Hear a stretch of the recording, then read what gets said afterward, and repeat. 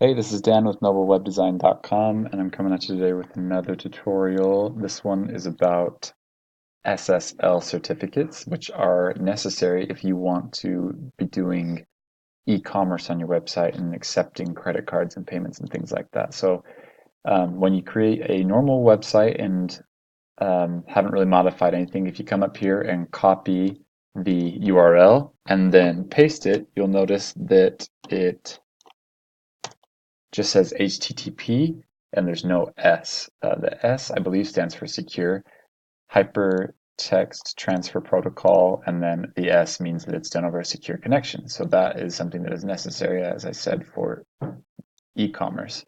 So in the setup that we have, I will show you how to achieve this. It's very simple.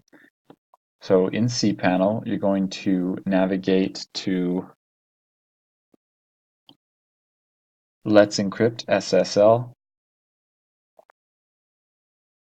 and then you're going to choose the name of the domain that you want to issue a certificate for. In this situation, it's cyberglow.com. You click on Issue. The default settings are fine, and you click Issue one more time.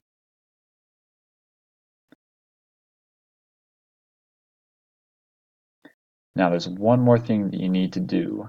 When people visit your website right now, it's set up just to go to HTTP still. And so we're going to install a plugin on WordPress that will force the connection to go to HTTPS.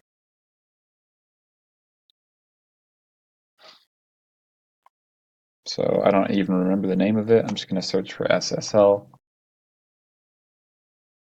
And yep, really simple SSL. You can usually tell if a plugin is a great one or not by the number of active installs. This is a ridiculously high number of active installs. Even 10,000 to 10,000 up is a pretty good sign that it's a good plugin. So we're going to install that now. Notice it says not secure.